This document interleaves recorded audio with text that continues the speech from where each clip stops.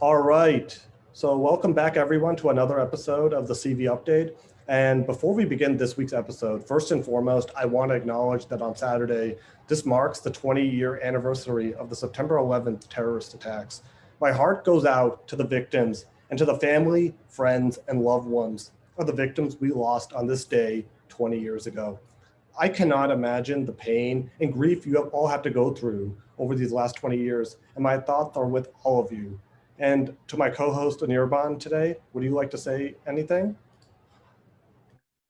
Thank you for having me, Amartya. I just want to echo everything that you just said, especially that my thoughts and prayers are really with the families, friends, and loved ones affected by the events of September 11th, and that we will always remember. Absolutely. We will always remember everyone who was lost on this day 20 years ago. And once again, I'd like to echo my thoughts and prayers to everyone who was impacted by the events on this day 20 years ago. I cannot imagine. And I understand it's very tough for all of you. So thank you, Anirban, for sharing your words. And we will begin our episode now. So the 2021 NFL season has begun back on Thursday when the Tampa Bay Buccaneers, the defending Super Bowl 55 champions, defeated the Dallas Cowboys 31-29. And after a long offseason, the wait is finally over for the New England Patriots, who will begin the Mac Jones era today against the Miami Dolphins. Kickoff is scheduled for 4:25 p.m. Eastern Time or 1:25 p.m. Pacific Time, depending on which time zone you're on. And of course, we all know that last season the Patriots were 7-9 with Cam Newton as the starter after a longtime quarterback Tom Brady signed with the Tampa Bay Buccaneers. And we all know how the Buccaneers did last season as they hoisted up the Lombardi Trophy. However, the Patriots once again made a change at the starting quarterback position this offseason. And really, it was back in late August or early September when they finally released Cam Newton and officially named Mac Jones as the starter. And the team, of course, drafted Jones in the first round of the draft back in April with the 15th overall pick. So the Patriots were 7-9 last season, finishing third in the AFC East. And the Miami Dolphins, who they are playing today, they finished second, 10-6 last year. And they finished second in the AFC East, and they would have made the playoffs likely, but they lost Week 17 to the Buffalo Bills. So they were a good team last year, better than the Patriots. And I just wanted to outline the Dolphins a little bit. But before I do that, I just want to ask Anirban. So before we begin to really break down the Dolphins, are you excited about tomorrow, or what are you feeling about tomorrow? I am excited about tomorrow. I think we were seeing a revamped Patriots team in a lot of ways. Certainly we'll be, I'm sure, getting to that a little bit. And maybe I'll discuss that a little more then. But for now, I'll just say that I am excited, and I'm anticipating a very different game than we saw in December. Yep. Yeah, because last season, the Patriots, of course, as they are in the same division as the Miami Dolphins in the AFC East, they faced twice. The first game, the Patriots won Week 1. That was 21-11. Actually, Ryan Fitzpatrick started that game for the Dolphins. That was at Gillette Stadium. Cam Newton started both games, but that game he was pretty good. And then the second game was in December, as Anirban alluded to, Week 15 at 22-12. Miami Dolphins win. That was actually Tua starting that game. And the Patriots, of course, weren't as good in that game. So they split last year. And I just wanted to quickly break down the opponent, as this is how we'll sort of go about for these previews, the shows where we preview the game. So we're going to discuss the Dolphins a little bit. So obviously this is year 2 for Tua Tagovailoa. And for the Dolphins, just some key offensive players to look at. Running back Myles Gaskin. Last season, 142 carries, 584 yards, 3 touchdowns in 10 games. You can also catch the ball. 41 receptions for 388 yards and 2 receiving touchdowns. And last year against the Patriots, just for reference, 9 carries for 40 yards in the Patriots 10-point win. And he actually didn't play in the Week 15 win. That was Salvon Ahmed who played this game. But Gaskin is the #1 running back for the Dolphins. So he's probably the guy the Patriots will have to game plan for the most. And also there's Devontae Parker. He's been around for a while now. 2020 season, 63 catches for 793 yards and 4 touchdowns. And the other guy to look out for is Jalen Waddle, the other wide receiver, rookie out of University of Alabama, 6th overall draft pick, who the Dolphins drafted this past April, and we have to acknowledge Mike Gesicki as well. Very good tight end as well. So that's the offense, just overview. And then on defense, the Dolphins have Xavier Howard at cornerback, in addition to Byron Jones. And the Dolphins safety is interesting enough. I just wanted to kind of mention there's a familiarity factor because there's Eric Rowe and Jason McCourty, both of whom have played for the Patriots in recent seasons. And last but not least, I also just want to acknowledge Kyle Van Noy, who was with the Patriots from 2016 through 2019. Then he signed with Miami in 2020, signed a 4-year, $51 million contract, spent the 2020 season with the Dolphins. Then he was released, and he was not happy about that. So that's something I'm kind of interested about because this is a revenge game for Kyle Van Noy. He is clearly upset at Dolphins head coach Brian Flores for releasing him. So this is just sort of the overview of the breakdown we're going to get with the Dolphins. But before I get into that, Anirban, again, any thoughts on the Dolphins offense? I just mentioned, like, which players want to stand out to you tomorrow to watch out for? I mean, I think the usual suspects will be, of course, Myles Gaskin, who will be the first choice running back tomorrow for sure.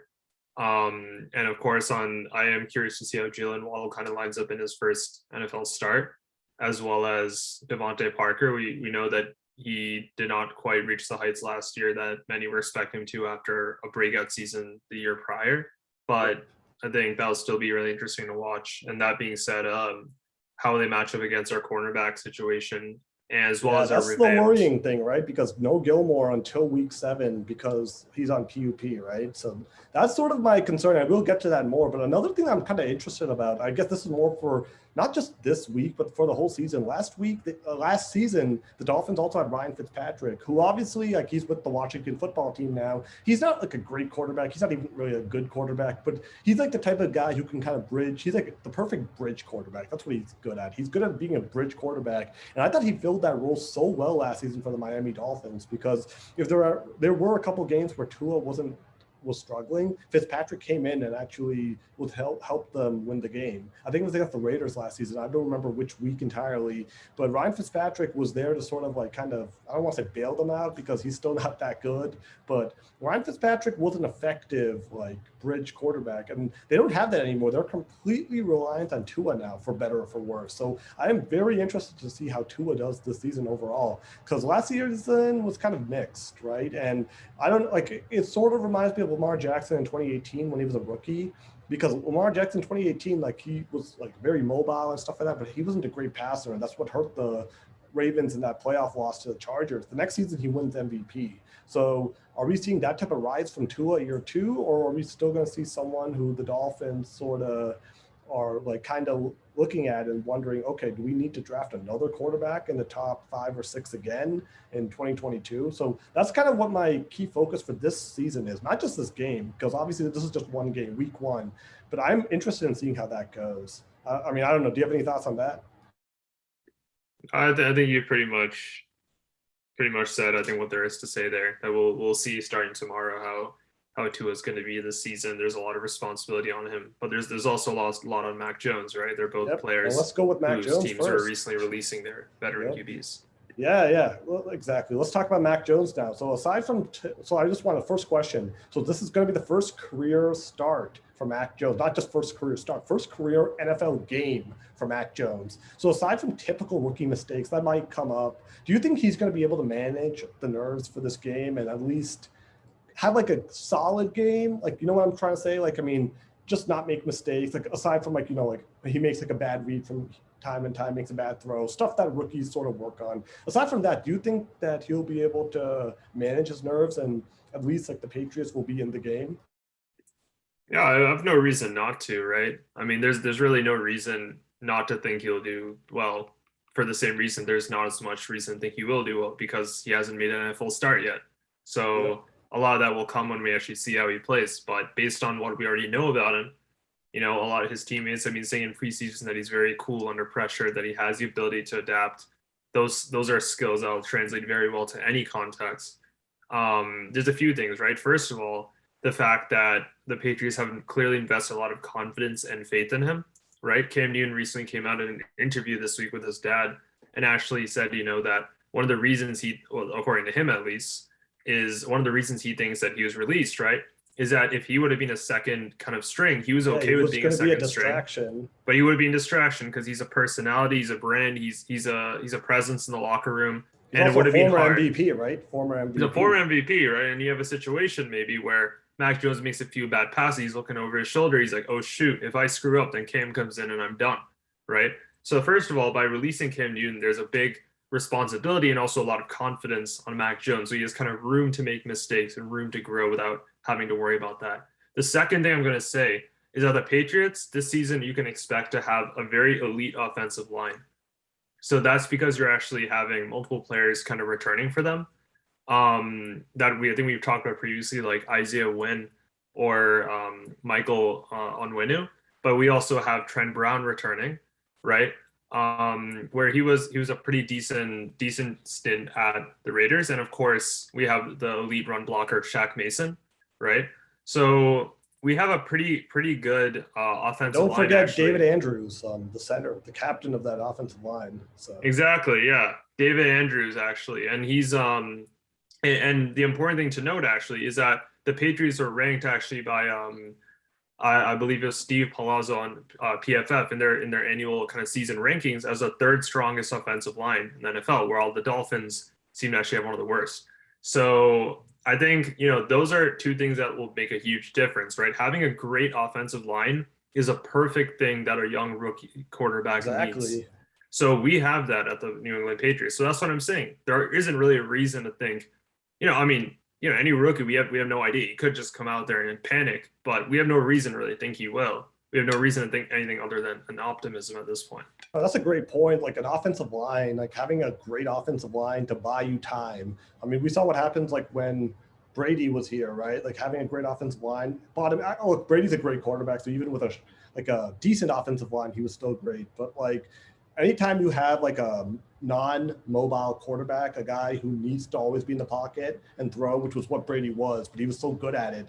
Like having a strong offensive line, giving him that extra second or two can make all the difference in the world between winning, like between making your pass and throwing a bad pass, right? So I totally agree with that. I think having a great offensive line, which he definitely has here, like third ranked by PFF, which every year they do an extensive review in this. So I trust their judgment in this because that's what they do for their jobs. They rank and evaluate and really study everything that's been going on. So yeah, I agree with that. And I think like also on the offensive line front, like that can be argued to why Andrew Luck, who was a terrific quarterback for the Indianapolis Colts, he had to retire early because his first couple of years, the Colts offensive line was terrible. Now it's very good. But back in like when he was in the league, he got hit so many times. He had so many bad injuries. It basically forced him out of the league in his seventh season after just finishing 7 seasons. And he actually didn't even play in all of those 7 seasons because he was always hurt because he was hurt so much towards the end. So I think having a great offensive line is going to help Mac Jones develop in the long term too by protecting him from getting unnecessarily hit a lot. So I agree with that. I think for me to answer this question, I'm just going to say that, like he was the number one quarterback. He was the starting quarterback at University of Alabama, which is essentially one of the most prestigious football program in the country, really. I mean, sure, Clemson is there, but with Nick Saban and University of Alabama, really, like, I mean, the amount of pros, Letterman, elite athletes who go there every year. He was the starting quarterback. He was the star of that show in 2020. And so he's used to the nerves. He's used to the pressure. And obviously going from college to, excuse me, the professional level, it's going to be an adjustment, but I'm confident he will be able to pick it up. He's going to have those natural butterflies in his stomach before the first game. And look, those will always come up because as a competitor, you always get nervous. But I expect him to make some simple rookie mistakes, but I also have confidence based on what I've heard about him, excuse me again, that he is going to learn from that and he's going to basically improve over the course of the game and the season. So I think he's going to be good tomorrow. Not great, but I think he's going to have a solid game, especially for a first career NFL game. So that's really Yeah, and kind of extending to that, right? You can't really talk about Mac Jones without at least talking about how we expect them to interact with the Dolphins defense, right? The Dolphins last season had one of the it's a very interesting kind of paradox because they had one of the stingiest defenses in terms of a few parameters, really important. Like for example, fifth lowest points allowed last season, regular season. They had the highest drives resulting in offensive turnover percentage, which was 15.6. This was like the most. They were a leader in defending passes with 20, right? but it's also really strange because they were bottom half in passing, like in yards allowed, yards per play, passes completed. So overall, it seems like, at the end of the day, points allowed is what's really important. But in terms of things like passing volume, they were pretty, like, in terms of like those parameters, they were pretty average. And you mentioned Javian Howard earlier, actually, right? And we all know, he was ranked 17th in the NFL 100 last season, right? One of the best players in the game, period. He was actually third most solo tackles in the last season, led the league in interceptions. But when he was actually matched up against Jacoby Myers in December, Myers had a century of yards on him. Yeah, he did have a fumble, but he had 100 yards, and this is Jacoby Myers we're talking about. So I'm pretty excited to see. They have Javian Howard, they have Byron Jones, as you mentioned, but I think last year, in the December loss, we were still able to play our game to some extent, at least in regards to Javian Howard. Javian Howard wasn't ultimately something that shut down the Patriots passing game. There's other factors involved. So I think tomorrow, the biggest reason the Patriots offense just struggled in that game is Cam Newton by then couldn't really throw at all properly. So I think like with a decent quarterback, they probably would have been able to win that game. Because if I remember that game correctly, they actually were up 6-0 on the Dolphins at halftime, I think. I think they had shut out the Dolphins in the first half. And then in the second half, the Dolphins you can't really contain when your offense is just so not able to do when much. it's just not moving. Yeah. I mean, so you can't really but that's the thing much, we'll see tomorrow, right? But what my point is here is that there isn't any, I think we're going to match up pretty well against the Dolphins passing defense, both in the rush and in the cornerback situation, despite the obvious talent they have there. Now, it'll also be interesting, right? Because for some of these guys, especially the rookies, or the second-year players on the Patriots too, they're used to basically essentially not playing with any fans at all in the stands last year. So for not just the rookies, but the second-year players, they're going to be in NFL games where there are actual people in the stands now, which is going to be an interesting adjustment, I think, for some of these guys too. Because last year you're just playing an empty stand sometimes. You don't really necessarily hear all the boos or the cheers, for better or for worse, right? So it's going to be an interesting adjustment for some of those guys, like I guess the rookies and the second-year players on the Patriots and the Dolphins too, who essentially are kind of in a similar spot when they're playing NFL games in front of other people. So that's another thing I just wanted to bring up. So, okay, so I'm just going to, next question now. So I guess we're talking about the passing game. So during the Patriots week 1 win, the Patriots actually rushed for 217 yards and scored 3 touchdowns on the ground. Cam Newton scoring twice. I think Sony Michel scored the other touchdown. So, and of course, Michel is now with the Rams and Newton is no longer with the team. So do you expect to see a similar game plan tomorrow? Have the run game kind of lead the way and then just sort of have Mac make simple throws tomorrow? Or do you think Josh McDaniels wants to challenge him more? I think if there's one thing you've seen Patriots offense is pragmatic. I don't think they're going to orient their game towards giving Mac more experience. It's going to be whatever makes most sense. But that being said, I think we can still expect, even in the loss in December, Cam Newton threw 209 yards, right? Which isn't insignificant. It's definitely not like elite numbers for that game, but that's still a lot of yards. And I think we can expect Mac Jones to get at least, 150 yards or something.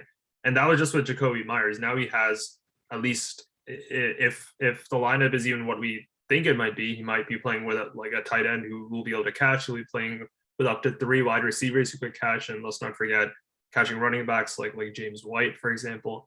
So we could actually see much more of a passing game emphasis in some directions. But also, I think, if it's not broke, don't fix it. The Dolphins hasn't especially made their running defense that much stronger this year. I think it's probably the same, or if not, it's the same, worse. But maybe, because they literally let go of a few players. One of them, Davon Godchaux, who's on the Patriots one of whom is on the Patriots now, right? So it's not exactly it's really the same, or maybe a little worse. And that was, I'll remind you, their rushing defense was bottom half bang average around last year in most metrics. So it's not really something we need to be afraid of. So if running gets us the win, we'll run. And if we need a pass, then I think we showed last year that with a more elite kind of passing setup, both at QB and receiving, that we have the capability for that. Yeah, so you pretty much hit the nail on the head. So yeah, I feel the same way.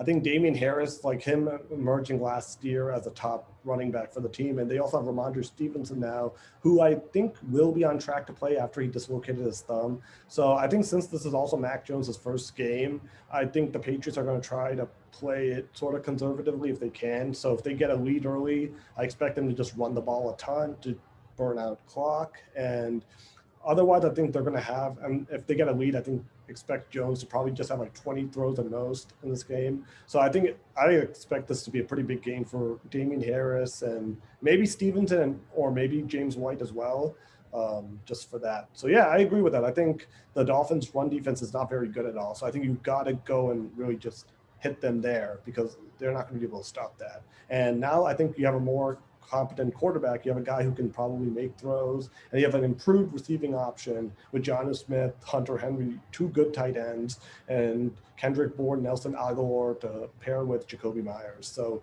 yeah, I expect to see them to run a lot, but if they need to pass, then at least I feel a little bit better about Mac Jones than I did about Cam Newton having to lead a late drive. So similarly, like I guess like we talked about the run game for the Patriots, the run game for the Dolphins in the week 15, 22-12 Dolphins win over the Patriots, they rushed for 250 yards and 3 touchdowns on the ground. So with the Patriots having improved the run defense with additions such as former Dolphin Davon Godchaux, as we mentioned, he's a defensive tackle, and Henry Anderson, who they signed from the New York Jets. Do you expect the Dolphins to test the Patriots' shaky secondary, especially without star Stephon Gilmore, who's out for the first 6 games? Or do you think they're still going to try to run the ball? Because Tua is still kind of unproven at the passer.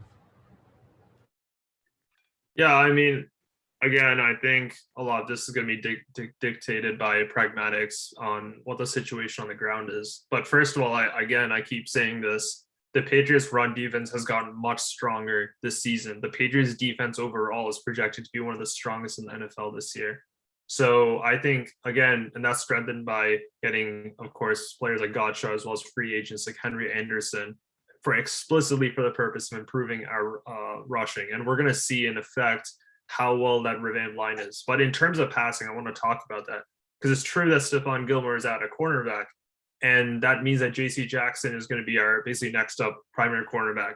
And to be fair, he didn't have a super hot season last year in terms of rankings. A lot of our defense did not, but still he ranked second in interceptions.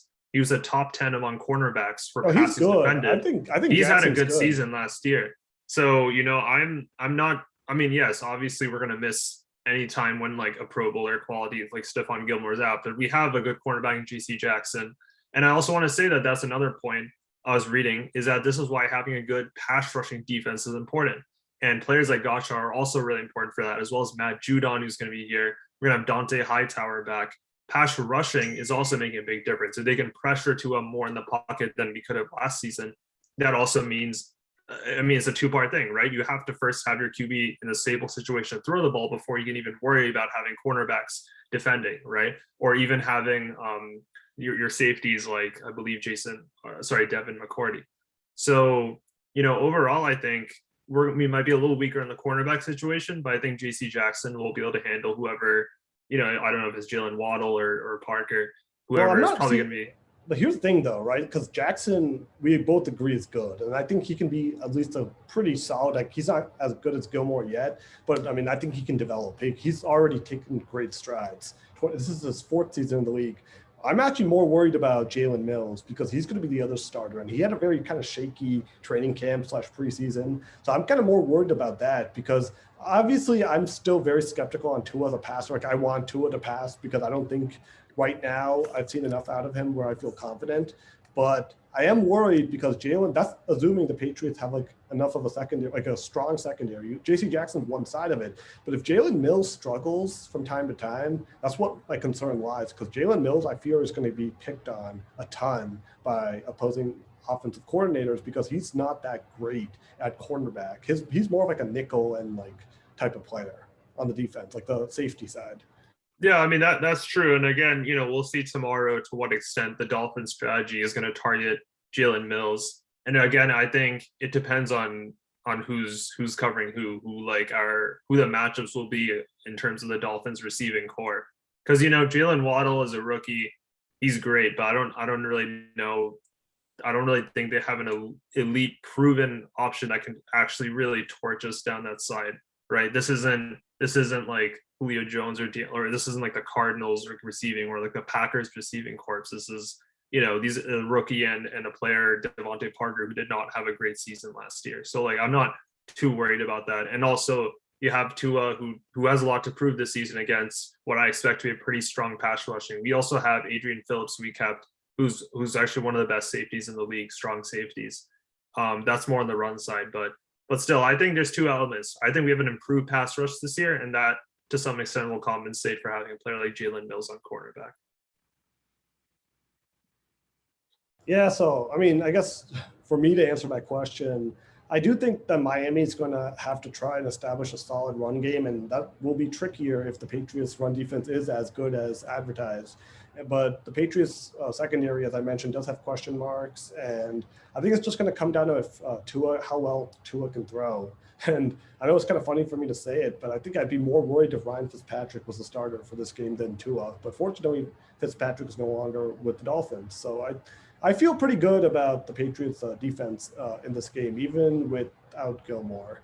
And it's going to be kind of nice because even like next week, you play the New York Jets, right, with rookie quarterback Zach Wilson. Then you play the New Orleans Saints with Jameis Winston, who obviously he's no longer in Tampa now, and maybe he's improved. But I mean, the first three games you play kind of shaky / unproven quarterbacks, which is going to be good because hopefully you can get your wins in because week 4, unfortunately, the quarterback they're facing is someone who is not shaky, not unproven, and he's the GOAT. So we'll get more to that later. But yeah, so that's kind of answering my question. So question 4 about the kicking situation.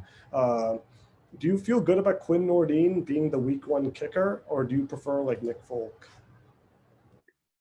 I mean, I'll Quinn Nordin. I mean, yeah, he was kicking at Michigan. Apparently, he was not really expecting at all to even be in the NFL, and Bill Belichick called him, and we've heard that before. But my point is, I really don't think he's actually going to play tomorrow. I think in all probability it's going to be Nick Folk, and based on what I've been reading, actually, Bill Belichick currently is using.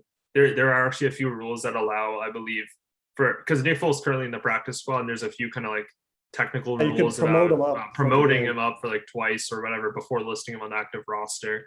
So I mean, there's really literally no strategic reason you would choose Quinn Nordin. I mean, I've seen his statistics. He's gone 6 for 8 on field goals, 4 for 7 in the preseason in terms of pad attempts. Right, that's not numbers you want. Meanwhile, Nick Folk has been very consistent for us, 90+% completion. In terms of technical basis, there's literally no reason to play Quinn Nordin. Folk last season won you 2 games, literally. Exactly. So he's gonna. Yeah, I think he's gonna play. I don't see any situation where Quinn Nordin's gonna play. Yeah, definitely. So yeah, I mean, I am a bit uneasy if Nordin is starting, but I am, as you said, I'm happy that Folk is still pretty much in the mix, being on the practice squad. And I mean, if it is Nordin who starts tomorrow, I just hope it doesn't come down to having a game-winning field goal attempt, because I don't know how good I feel about that. But we'll see. So yeah, final thing for today's episode. What's the prediction for the game? Score prediction, and I guess if you want to throw out any other fun predictions for tomorrow's game. Yeah, so I'd more in a similar manner. I'd actually flip the scoreline from December in the Patriots' favor, because I think I think 22-12 Patriots. Yeah, so that's what I'll say, because I still think I think we're going to see some big improvements on our side versus a Dolphins team that isn't significantly improved. Okay, so you go 22-12. So I'm going to have it a little bit closer. I predict the Patriots to win 24-20. And I think Mac Jones is going to throw his first career touchdown pass. And other than that, he's going to effectively manage the game. The run game is going to have a big performance. So I expect Damian Harris to score a couple touchdowns. I expect the Dolphins to kind of keep it semi-close because they do have like a solid team overall. But I think the Patriots will begin this, hopefully, a new and longer than 1 year era with a new quarterback. I'm predicting them to win 24-20. So both of us have them winning this game. So I guess we'll see what happens. Obviously, just one thing to note, based on just due to the format, I think we're going to every day have 1 week episodes where we basically preview the next game. But obviously next week when they play the New York Jets, we'll also discuss our thoughts on the last game and sort of how they can kind of improve from the next game. So that's what our show format will be. So we won't have a recap tomorrow. We'll try to have recaps for some of the bigger playoff games, like obviously for the Super Bowl and playoff, like the AFC NFC Championship game, especially with the Patriots are in it. Then we'll definitely try to have more detailed programs then on recaps of the game. But for the time being, we're just going to have these episodes that preview the game, and from next week onward, kind of recapping the previous game onward and previewing. So that's just for the listeners, for anyone who's interested. But yeah, let's hope the Patriots start off the 2021 season on the right foot with the win tomorrow. Anything else you wanted to add, Anirban? No, I'm excited. I'm excited to see what Mac Jones has for us, and I think we're gonna, I look forward to celebrating a first win. Yeah, it's kind of interesting, right? Because the last time Bill Belichick was working with a semi kind of unathletic quarterback, it led to a nearly 20-year dynasty. So let's hope for the same here. Yeah, the beginning of the third dynasty, right? So except he gets a little more time because he doesn't have to jump in and injury. So Yep. Anyways, that's it for this week. Stay tuned next week when we will recap this game and then also preview the matchup against the New York Jets, hopefully at 1-0 for the Patriots. Have a good one, guys. See ya. See ya.